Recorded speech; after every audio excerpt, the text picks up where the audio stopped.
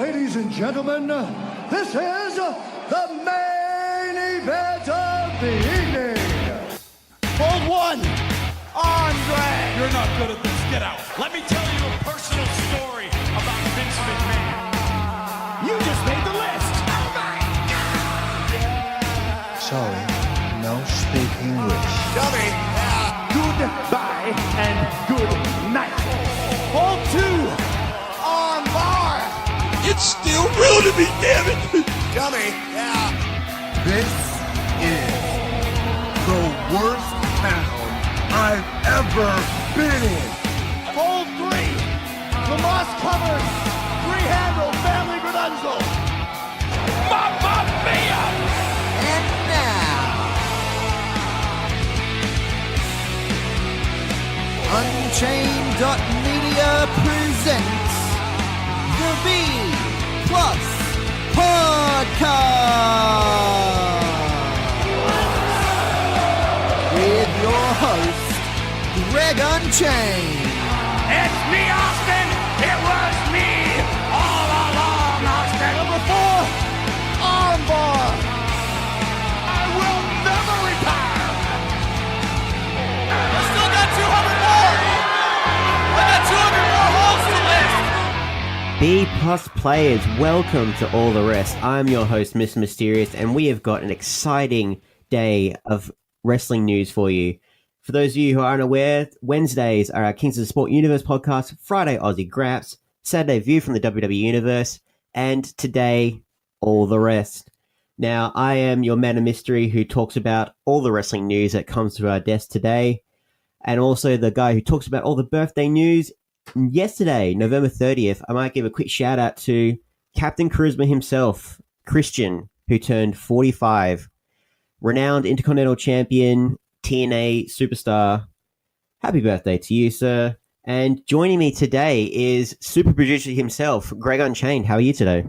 Howdy. It's weird being on the other end of one of these. How's it feel? I'm a guest on my own show. No, it feels great. I love everything you've been doing with All The Rest. Obviously, I do all the editing and what have you, and I help you put together your run sheets and everything. And yeah, I'm a big fan, man. I'm really happy to be on your show.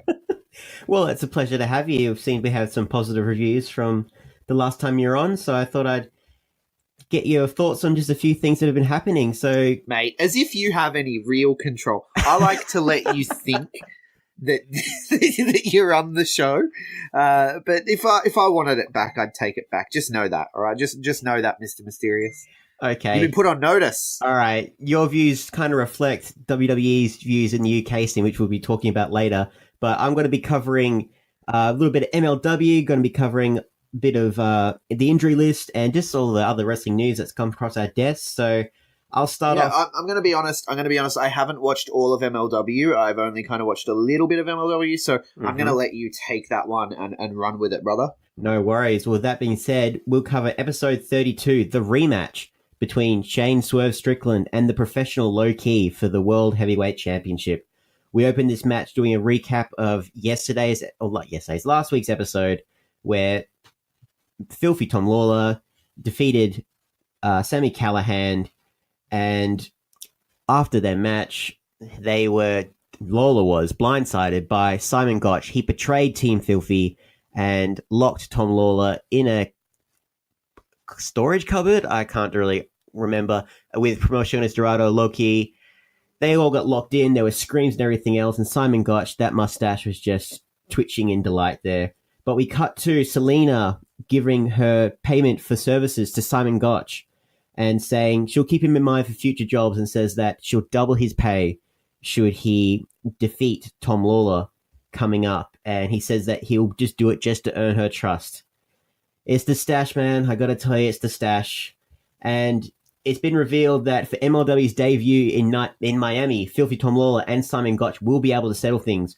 No ropes, no holds bars. The only way to win is by submission or knockout. I would expect nothing less from Filthy Tom Lawler. We opened the card with MLW middleweight match with the MJF, the middleweight champion, on commentary, while Trey Miguel went up against Koto Brazil. This was a really fun, fast-paced match. Really, the highlight for me was MJF's commentary. Just the middleweight champion, I think one of the highlight quotes he said when he was describing, who was it? He was describing Koto Brazil, and he sees offense is literally like getting bit by a mosquito over and over again. It's just annoying. It's not effective. Like, just that added spice. Like, the MLW commentary team, they leave much to be desired sometimes, but in this instance with MJF there, it was something to be had. And Trey Miguel and Koto Brazil, they put on an amazing work rate. There was this particular spot where it's on the MLW Twitter where Koto Brazil he's on the shoulders and he did a head spike. It was like really fast paced. I've never seen it done before. I really hope we can see more action like that, but really quick match. And Trey Miguel walked out the winner of this match. So oddly punctuated, and it kind of leads into he finished off with the sliced bread, and we'll go on to the 4-way match and a chance at the MLW Middleweight Championship. Following this match, the MLW camera team attempted to get an interview with Shane Swerve Strickland. He continues to brush off all the attempts to talk to him since losing the MLW World Championship. He's kind of kept to himself. He's kind of been out of sorts, and we'll see how that plays into everything else later on. And now we've got currently signed for MLW Never Say Never, which will be taking place on December 13th and 0 Hour on December 14th. We've got the rundown of matches that are coming down. We've got the Lucha Brothers going up against the Hart Foundation for the tag team titles. As mentioned before, the No Ropes, No Holds Bars match between Lawler and Simon Gotch. We have a Falls Count Anywhere match with PCO going up against LA Park. I'm really looking forward to that one. We had an episode with them where they faced off against each other. It was really incredible. And we had Rush going up against MJF, and Andrew Everett will be making his MLW debut. For 0 Hour, we have Tom Lawler going up against LA Park. We'll have the MLW Heavyweight Championship being defended with Loki going up against Conan. You'll have the Middleweight Championship potentially going up in a 4-way. It's a little bit up in the air. We'll be talking about this later on, but we'll follow right along. I just apologize. The winner of the match from the start was Koto Brazil. And after the match, Koto Brazil, the commentary tried to get an interview with him, and backstage, however, he was blindsided by MJF. Now, it's been announced that MLW Fusion for next episode 33, Brian Pillman Jr. of the Hart Foundation will be taking on Tommy Dreamer. We then cut to a video promo with Teddy and Brian just laying down some smack talk for this one. And I got to say, Brian Pillman, in this interview, he really surprised me. It felt like he kind of found his character. I mentioned in the previous episodes that he seemed a little bit out of sorts, and naturally he's still a bit green, and he's obviously in the best place he can be, being a part of the Hart Foundation with David Boy Smith Jr. and Teddy Hart.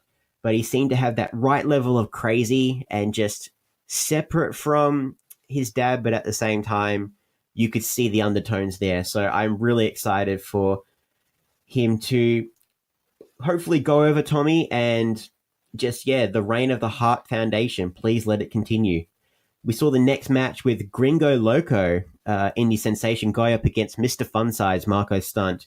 Now, of course, Marco Stunt, we announced last week that he's been injured for however long, we don't know yet, but this was his first win in MLW. It was a great exhibition. It really got to show that, obviously, the high-flying new moves of Marco Stunt, and he's really adept at the double knees to the face. I feel like that's his go-to signature. We're still a little bit unclear on that, but he's all about momentum. He's all about taking advantage and surprising people who underestimate him for his size.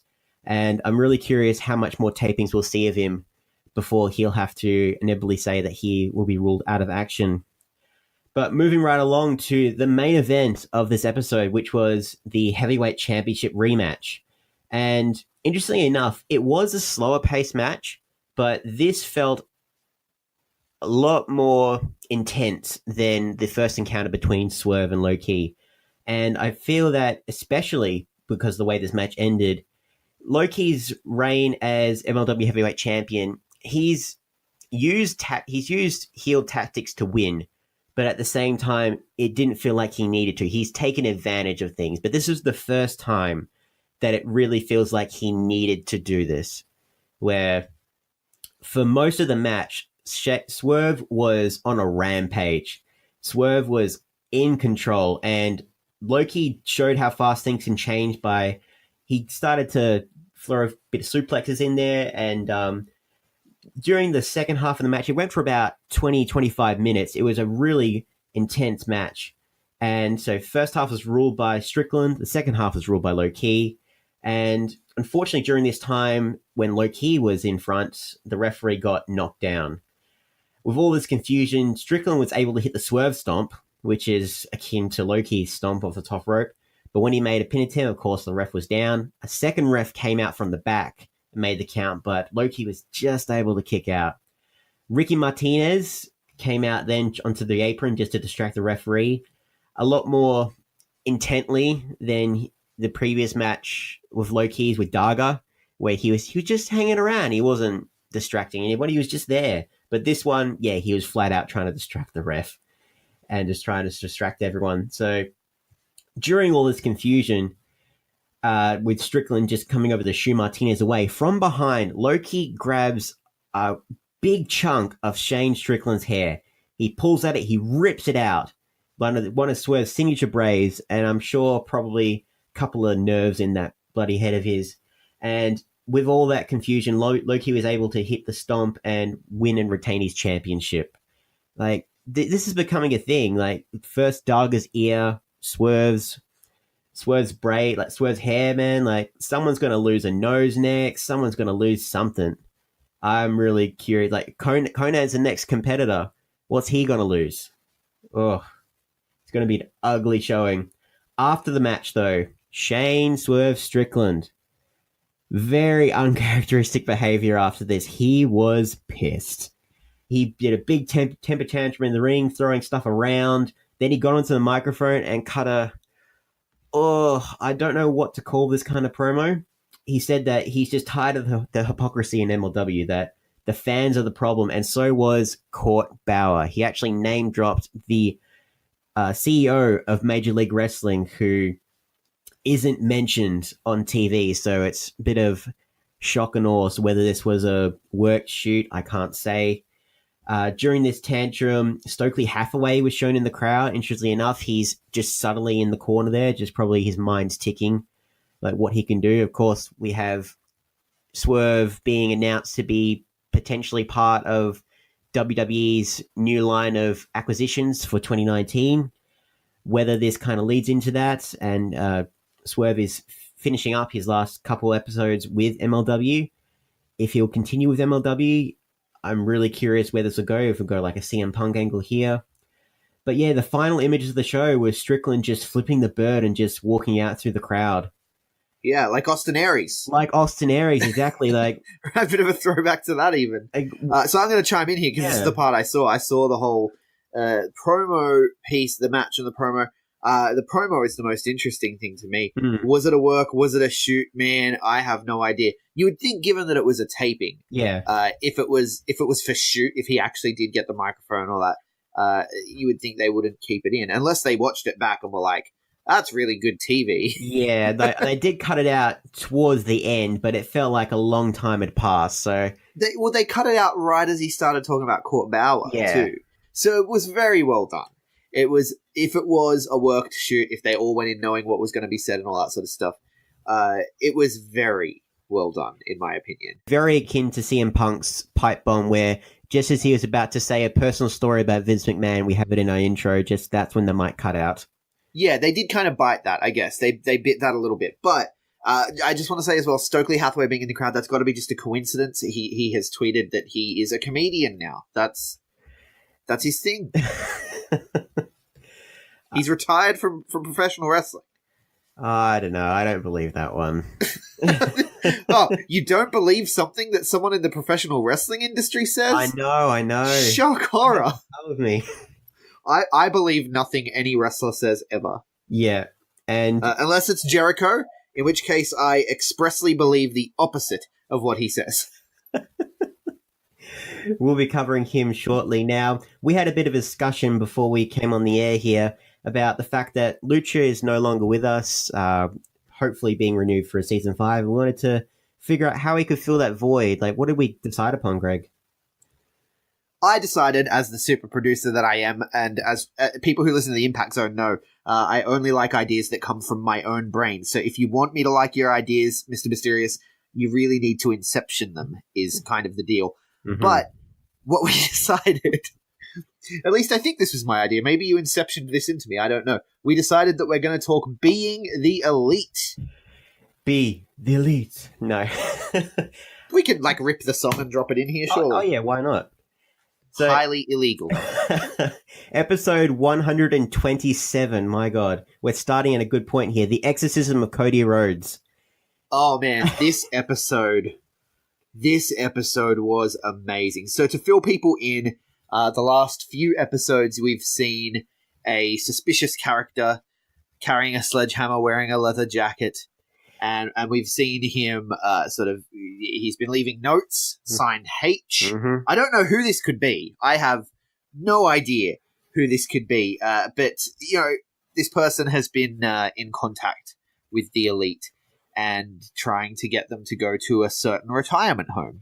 And yeah, it's hilarious. But Cody has sort of fallen under some spell, and he's just been like eyes glazing over, standing in the corner, tapping against the wall. Which, by the way, I am convinced that he is tapping in Morse code. So if someone knows Morse code or is adept at code breaking, please watch the last 3 episodes or so of Being the Elite and tell me if his taps on the wall are saying something. Because these guys, they don't do anything by accident. No, they don't. And he's tapping on the wall. He's just...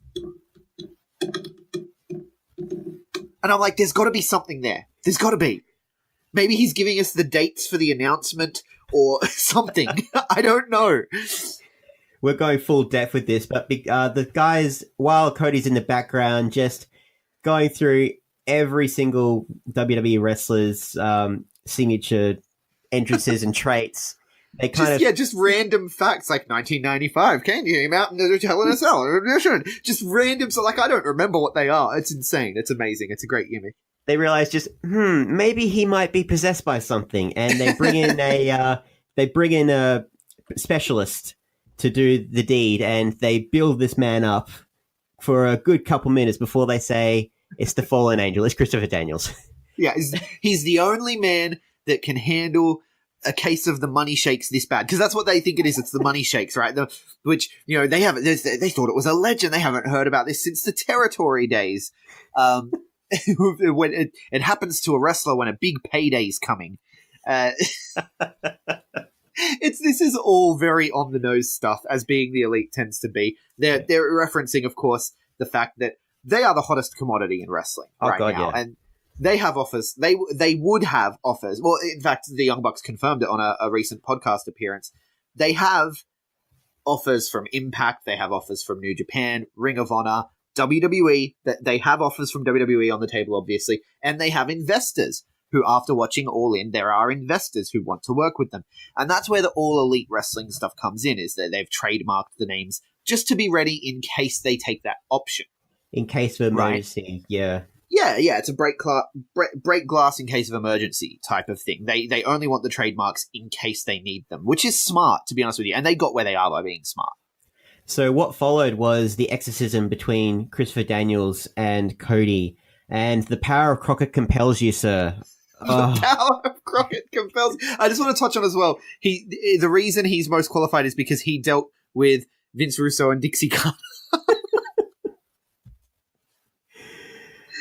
I love the Fallen Angel get-up, by the way. Yeah. I love it. It's fantastic. So it was good to see him don the robe again.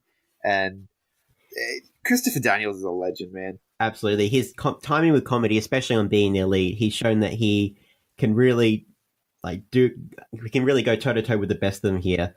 And I think one of the lines that kind of stuck out with me when the power of Crockett was not working and Cody sprayed a bunch of glitter into his face that just burned his eyes. He said, "The dust of your stars is as foul as your blue tube addiction." And just like that.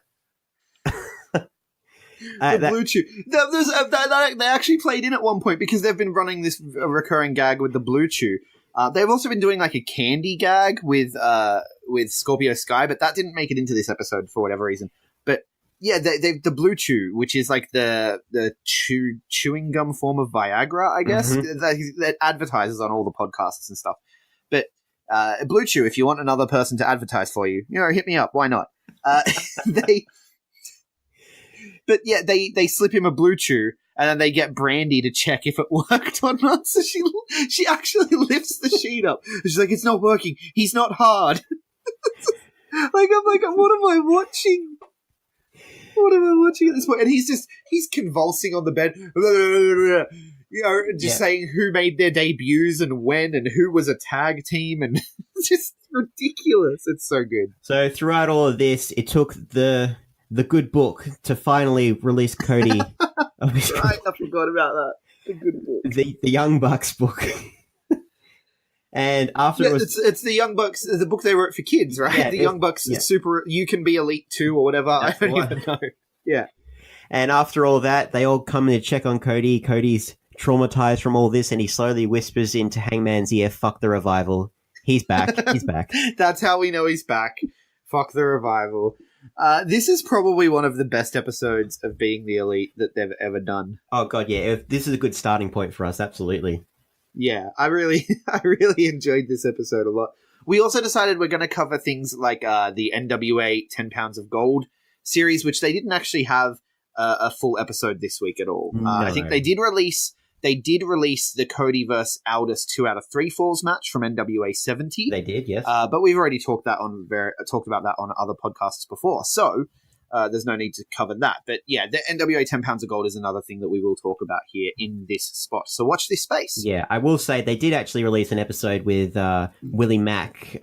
They teased the Willie Mack going up against Sam Shaw once again. It was just a 5-minute episode where Sam Shaw is just the ominous music. He's just saying you got lucky. And he's just trying to psych out Willie Mack for their inevitable rematch for the national championship. I'm really excited for that one. Right, and on the last episode, Willie Mack pleaded with the camera to follow him around and give him his own NWA series. So hopefully we'll see more adventures of Willie Mack, the national champion, soon. Absolutely. Now, I wanted to touch on a few things with you guys. Now, I was not present for our bonus episode talking about World Series Wrestling coming to Australia, but I wanted to share my thoughts on how I felt the Perth side of things was, and I thought it was a really great show. I'm not going to lie. And, of course, the thing that we're all talking about, Robbie fucking Eagles, man. What can we say? What hasn't been said now? But I agree with a lot of things. For those of you who want to hear all our full thoughts on that, look at our bonus episode there. But I agree with a lot of the points, namely the fact that the Australian wrestlers kind of got hard done in the sense that, aside from Robbie, all the other international talent got over. Yeah, for the most part, it was. But that's the World Series Wrestling formula, and like I said, like I said on that podcast, people can go back and listen to it. The World Series Wrestling review episode. I did say I'm pretty sure this is a long-term plan because when you look at it, the Australians hadn't won any until last time around, and then they got the win in the tag match. Now we've actually got a singles victory from Robbie, although there were a little bit of shenanigans at play there, but. Overall, I think it's building to the fact where we're building these stars up to make them on the same playing field. Because as much as we love these guys, on the international stage, a Brian Cage is obviously worth more than Robbie Eagles. Yes. I don't think Robbie would even argue that. Robbie would probably say he's a better wrestler. Robbie's a big fan of his kayfabe. Yep. So he would keep that, of course. And I'm sure he believes it. I don't think you can be in this game and not believe you're the best. But at the end of the day, having an Austin Aries and those, Austin Aries has been on WWE, on Impact, on everything, Ring of Honor. Yep. You can't, it makes sense to me that they have the internationals going over for the most part now. But I do think it's changing. I do imagine for next year for World Series that I can expect, I'm hoping, a full Australian tour, including Adelaide for you, sir, of course. Yeah, absolutely. I'm hoping, and I expressed this hope on the podcast, and I have expressed this hope to the promoter. I'm hoping for more well-rounded women's booking.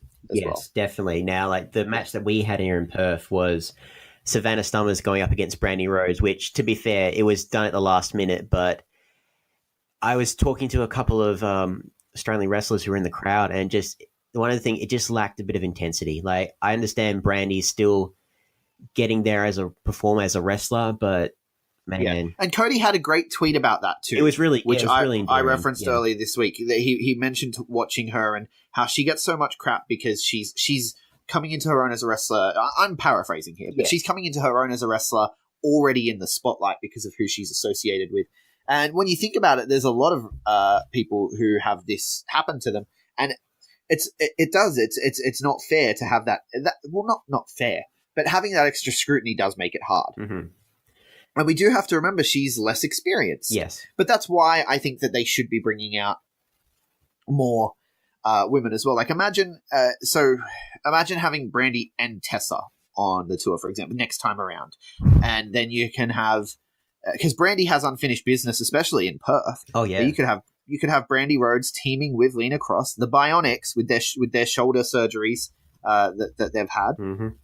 And you could have them go up against a team of, say, Tessa and Savannah Summers, right? And then that match is lifted instantly. Absolutely. Now, I just wanted to touch on just a couple of matches that were highlights for me during the Perth run as well. The triple threat match between Gavin McGavin, Marcus Pitt, and Brody King. There's a particular spot that I really love that Gavin did that just I think more people should do. In front of the ref, like I don't think Kevin mentioned this one, he just outwardly kicked Brody King in the balls in front of the referee. Triple threat match. Can't DQ him. The crowd can't do anything about it. The crowd were they were appalled, and they kind of just went, "Oh, that's right." It's just that's one of those things we never think about. It was so fresh. And you know what that comes from? Gavin McGavin is a real wrestler. He understands the rules better than anybody else because he is a real wrestler. He is the Grand Slam champion. He is the EPW champion, and rightfully so. He is the main event of any show he is on. He was the main event of World Series Wrestling. I'll have you know. He was, absolutely. I cannot dispute you on that one. And obviously my favorite match, which I'm glad to say because of all the news that we're going to be talking about, was Walter and Jonah Rock teaming up against the Street Gang Hooligans. That was ugly. That's for lack of a better word. Ugly in the most beautiful way. The ring general really was on point here. But yeah, as he always is, and that is why he has been signed away by one of the retirement homes. Yes, so it's been reported by PW Insider that Walter has signed with WWE's NXT UK expansion. So we've been hearing Walter with NXT kind of, I don't want to say ransacking the indie scene, but they've taken a lot of big names, and one of the guys who's kind of stood out in the past year from all this is Walter. And for the longest time, he's touched on this with WWE, saying, I love my life in the UK. I wouldn't want to do the schedule with WWE. I think it would be too hectic. And with all these plans now with WWE branching out into the UK, who better than Walter? Yeah, well, not just the UK. We also heard that they're opening potentially a performance center they're hoping to open a performance center in the UK. Yes. But they're also hoping to expand to an NXT Germany as well. Mm-hmm. Probably absorbing or working with Westside Extreme Wrestling. I think it's called WXW. Yeah, I believe Walter's a trainer there as well. So that he is. Yeah. So Walter is heavily involved in WXW. Walter is Austrian. I believe he resides in Germany, or at least primarily works in Germany and the surrounding European countries. It's very interesting that he signed. He recently was saying, I have no interest in working SmackDown and Raw. Yeah. So people thought, well, he's never going to sign to WWE. And I said, well, I don't know. NXT UK's right there. And they are looking at WXW. So it turned out he was going to sign all along. At least that's how it seems. And it looks to me like they've probably offered him a good amount of money to stay where he is and keep doing the things he's doing so that he doesn't go to New Japan, because New Japan were interested in him. So that he doesn't go to All Elite Wrestling, because you've got to think their eyes are on him.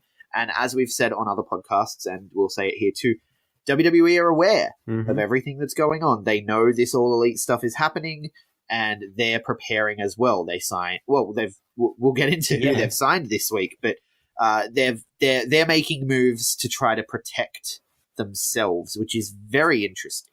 It feels like they're really amping up. It feels like a sort of a cold war now between the wrestling promotions or in the Western world. We're just waiting for the All Elite to be announced and just not just in the Western world, like New Japan are heavily involved. Oh yeah, I have been saying since around 2014, I think it was. Is that when the Daniel Bryan WrestleMania was? WrestleMania 30. That's right. Yeah, 2014. Yeah, that the feeling around Daniel Bryan at that WrestleMania, combined with the fact that that was also the year Wrestle Kingdom did their first live, like they launched. New Japan launched New Japan World, and they did a live broadcast of Wrestle Kingdom that I could watch for like $10, and it had JR on commentary, right? Mm-hmm. And their big match was AJ versus Shinsuke, and they had the Bullet Club and all that cool stuff that attracted everyone in. I've been saying since then, we're on the verge of a boom period. Watching everything that's happened in the UK since, even here in Australia, things are blowing up, things are rapidly increasing in crowd size, in intensity as well. Like we had midweek wrestling this week, One Fall Entertainment, midweek wrestling, 2 live broadcast shows. I'm about to watch another live broadcast show. You cannot tell me this country is not on the verge of a boom, and you cannot tell me that the world is on the verge of a boom. And this All Elite Wrestling thing, I think it's the spark that really sets it off. I think that people are going to pay, like mainstream is going to pay attention, like, hey, wrestling's popping off again. What's going on over here? Promotional consideration paid for by the following.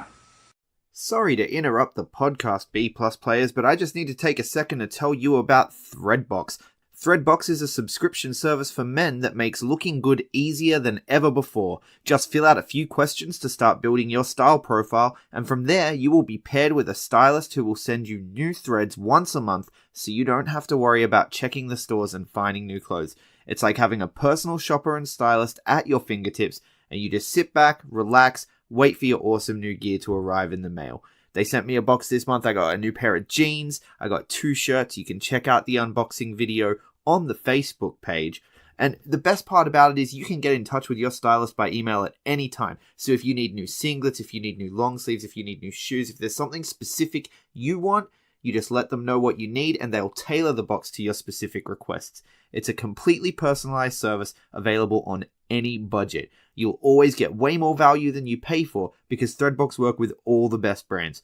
Boxes start from just $40, and if you use our code, the B+15 at checkout today, you're going to get 15% off your first box. So what are you waiting for, man? Like, if you want to look better with less effort, head to threadbox.com.au and use the code the B+15 to get your box today. The B+ is growing, and we want you to be a part of it.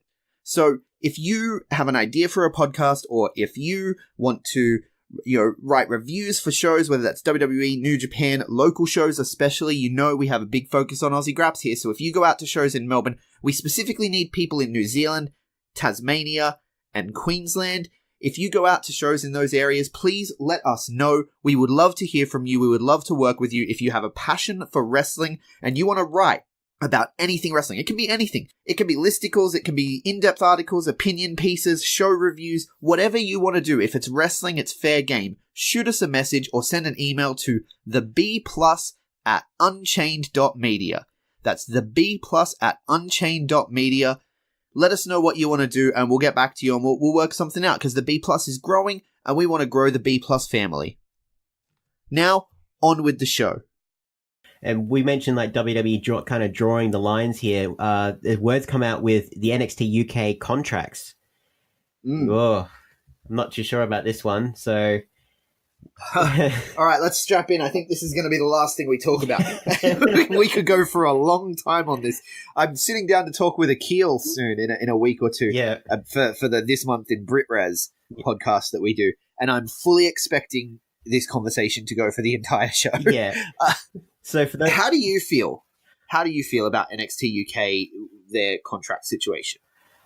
I feel like it's a long time coming. Now with Pete Dunne, been following, if you follow his history with WWE UK, he's been the Young Bucks kind of touched on it in being leading like earlier episodes. They kind of said that they kind of restricted the UK guys like bound them to contracts where they haven't really had anything in the works for them, and now that it's finally here, it feels like there's a lot of big things for them, but at the same time, I feel like it's kind of pushing out a lot of UK promotions. It has the potential to push out a lot of UK promotions where not only are the ones that WWE are partnered with, like Progress and everything else, they actually have the potential to buy them out if they feel the need to.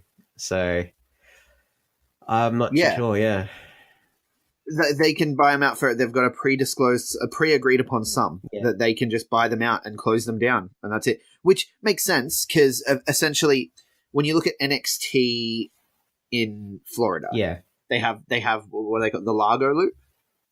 I think so. Yeah. Right. So at the moment, NXT UK are just running occasional shows and their tapings. Right. Yeah. They don't have a loop. Progress and ICW, that is the loop for these other wrestlers. Yeah. Right?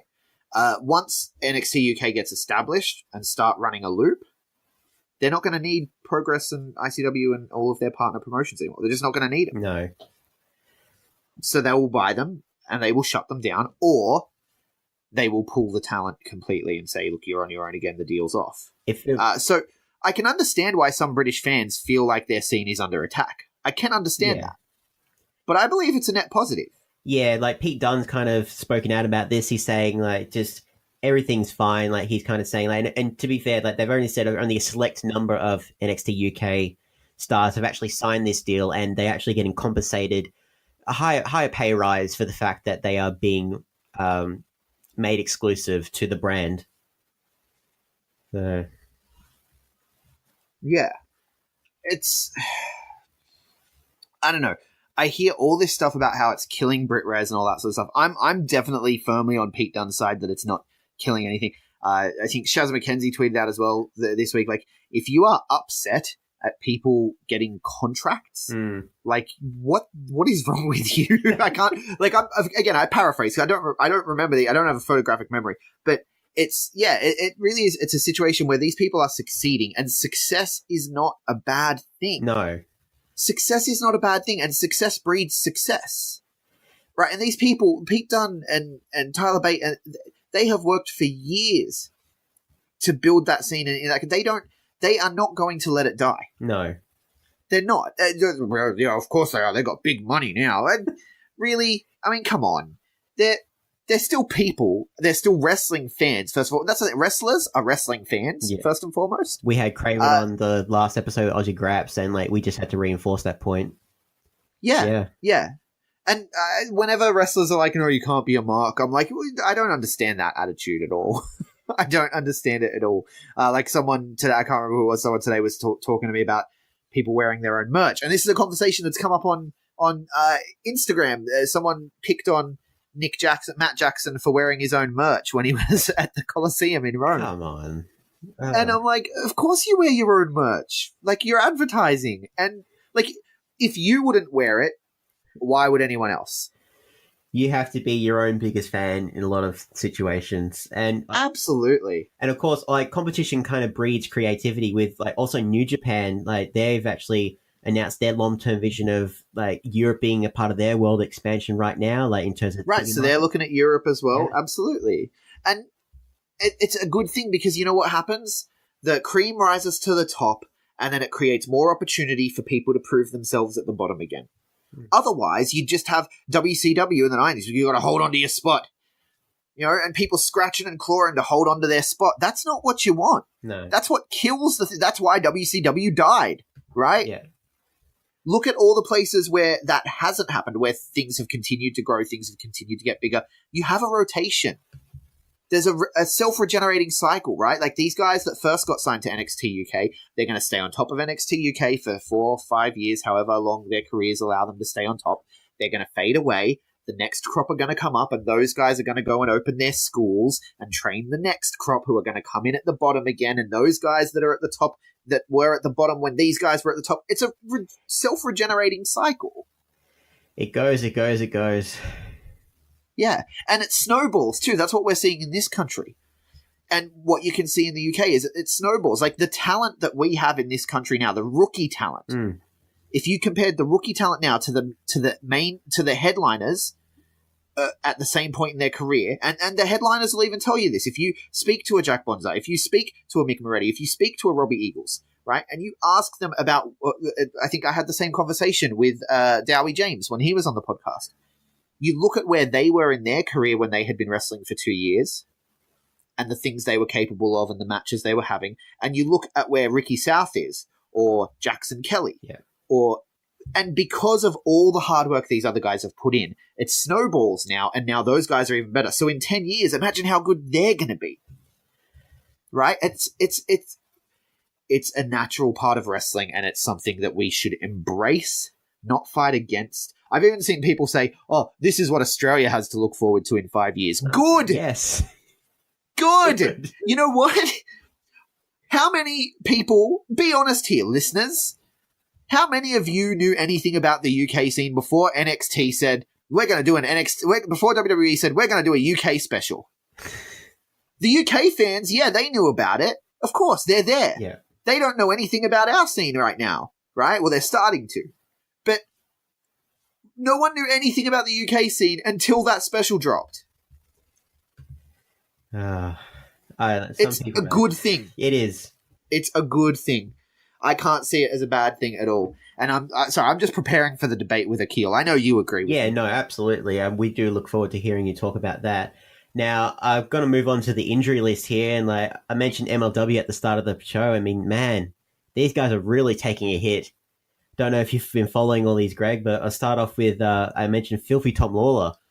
Made his return to the MMA ring after a 2-year absence, and after a unanimous loss to, I believe, Darren Wynn, he actually broke his hand. Broke his hand. Yeah, this is why you don't work in the octagon at the same time as working in the squared circle. So if nothing else, Brock's got the right mindset. Yeah, I think it's a stupid move. But, do you, Tom? Do you? So we don't know. Hopefully he won't have to be pulled out from any wrestling for any big periods of time, but especially because it seems like they are building him to be the guy to take down the professional low key for the world title next year. So we'll have to wait and see for that one. And some other big names that have actually been announced on the injury list. Ray Phoenix, one half of the MLW Tag Champions, part of the Lucha Brothers. Yeah, so he went down in CMLL in a match there. We talked about this on the King of Sports Universe cast. Apparently, Mikey spoke to Flip Gordon, and Flip Gordon was there for those tapings or something. I don't know. But from what we've heard, it's not too bad. He should only be out 6 weeks or so. Yeah, now, and there was actually meant to be tapings coming up with the Lucha Brothers going up against the Hart Foundation for the Tag Championships, and they've kind of spoiled next episode where the championship is going to be, they're going to defend against LA Park and El Hijo de LA Park. But nice. Yeah, that being said, so it's still up in the air how they're going to go about that one. I would love to see the Hart Foundation go over. But depending on how bad the injury is with Phoenix, like he might be able to hold on to it just a little bit longer. Yeah.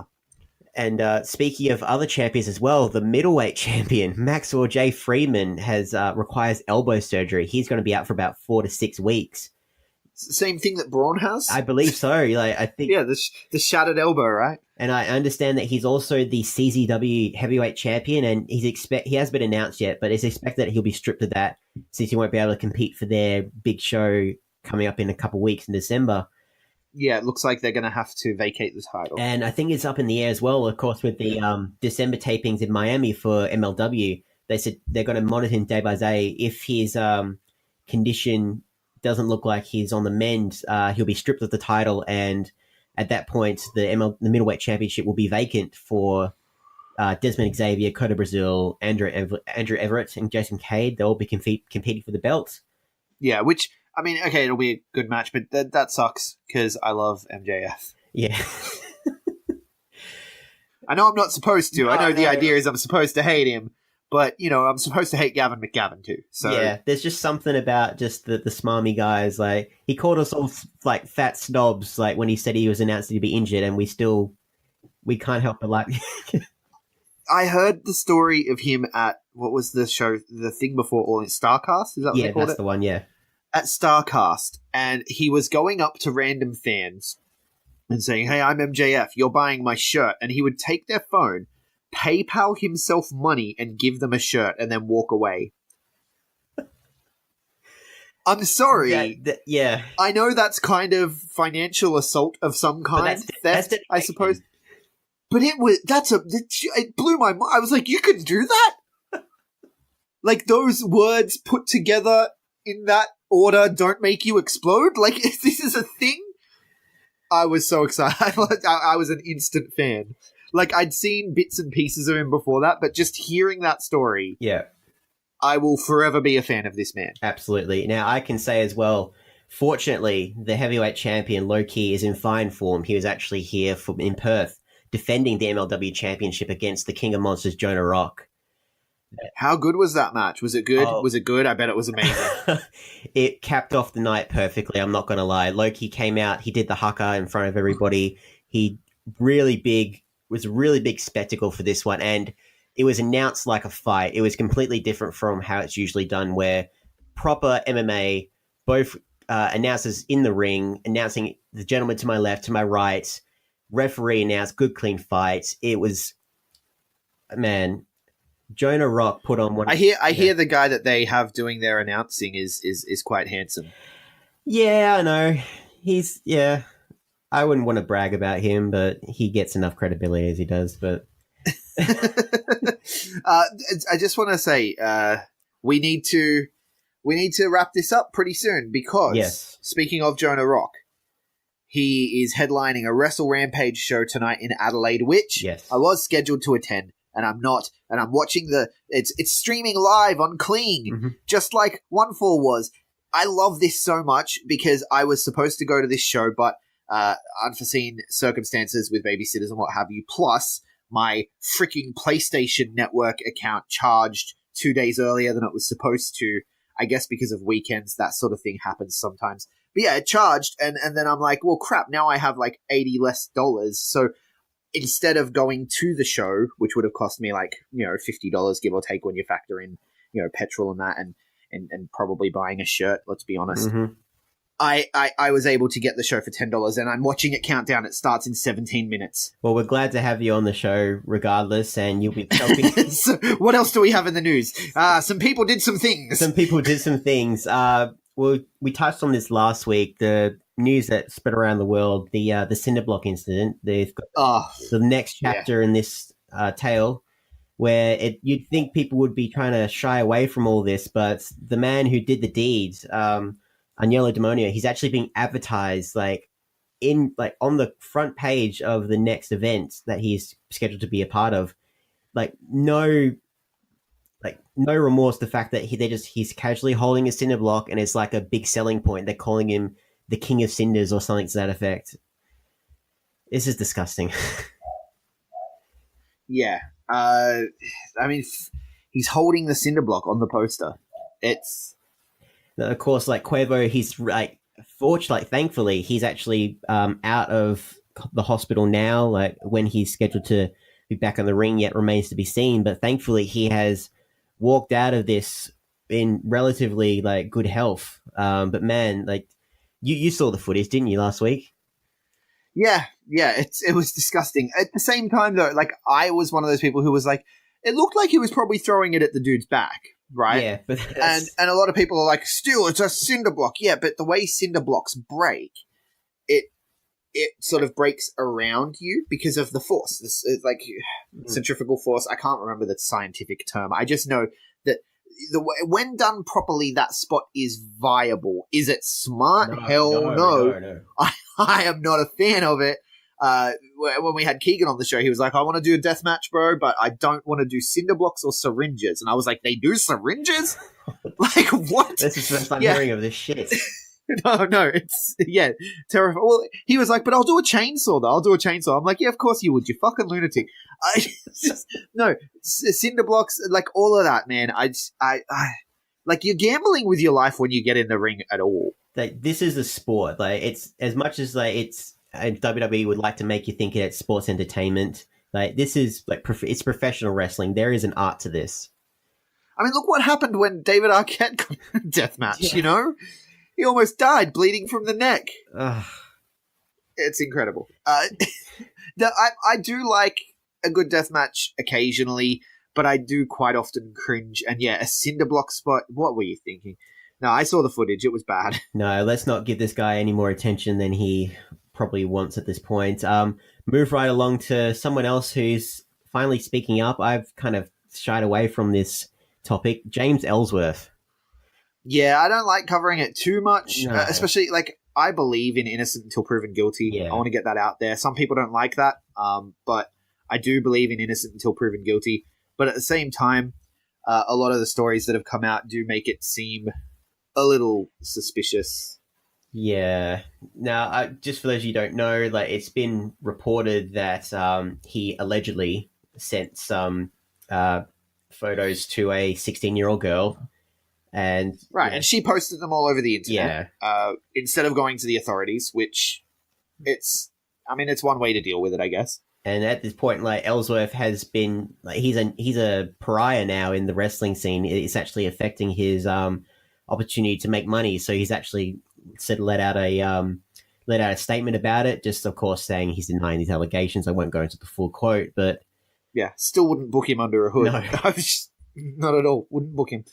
All right, we'll move on to some potentially we'll move on. This is a usually. Well, hang on. I'll say one more thing. I'll add one more Sure. thing just quickly. Did you see the latest one? The latest allegation is that he actually asked someone. I don't know how reputable this is at all. I saw this on one or two sites. Not great histories, but who knows? Allegedly, he actually, when the news first broke, he immediately got in touch with someone in the area and offered them money to break into this girl's house and steal her phone and destroy it. So Yeah. it could be completely made up. Yeah. Because it was on one of the dirty dirt sheets. But if it's true, man, how fucked up is that? It's like a movie. That's what makes me think it's probably not real. Yeah. But I don't know. Some of the stories coming out, it's gross.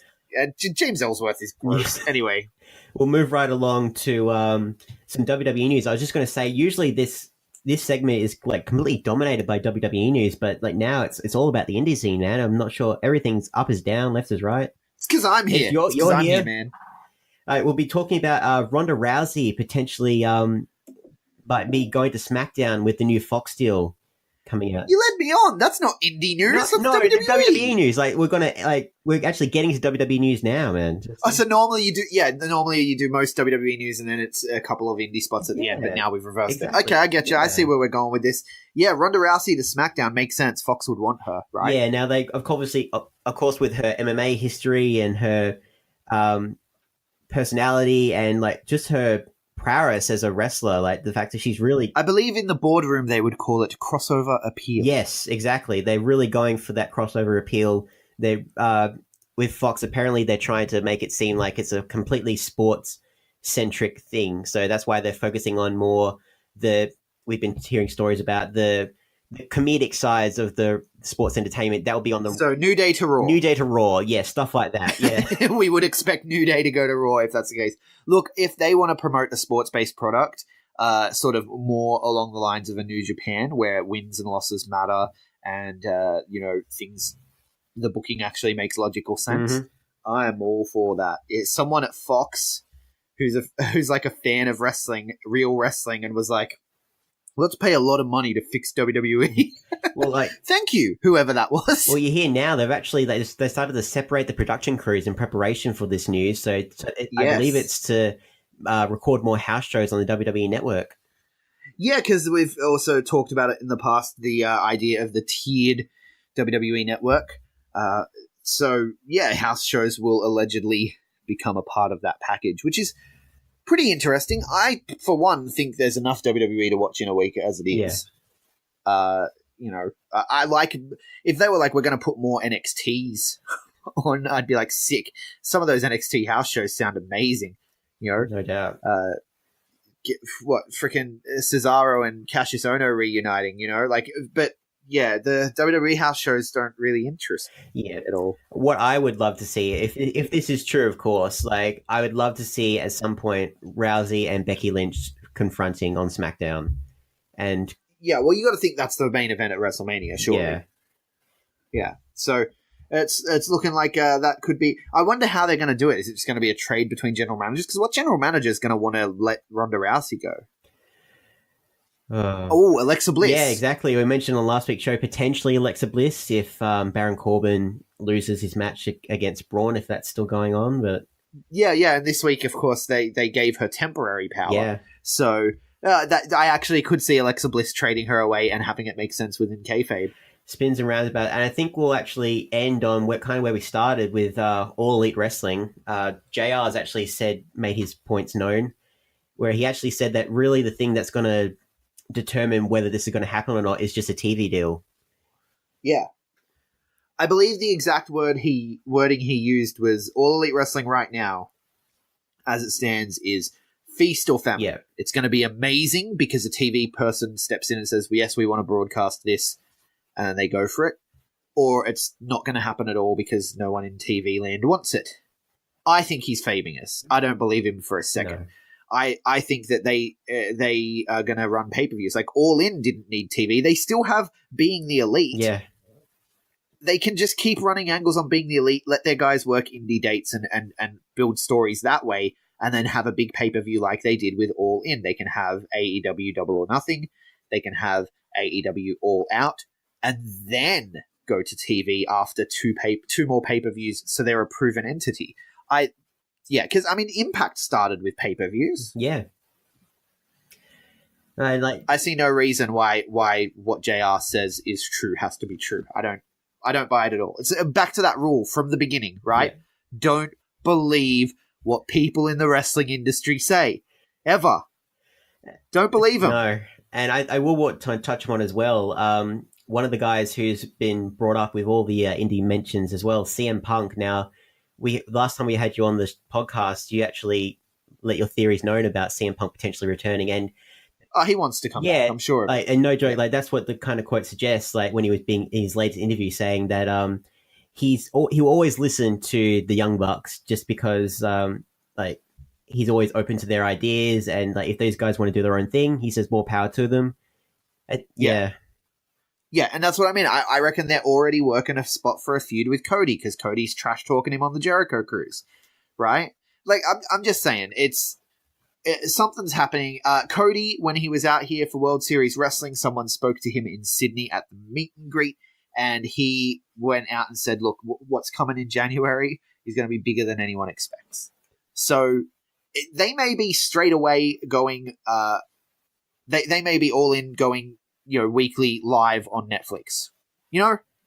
We talked about that could be what they're doing for MLW because MLW were like, we have a history breaking announcement, and maybe MLW want to scoop them.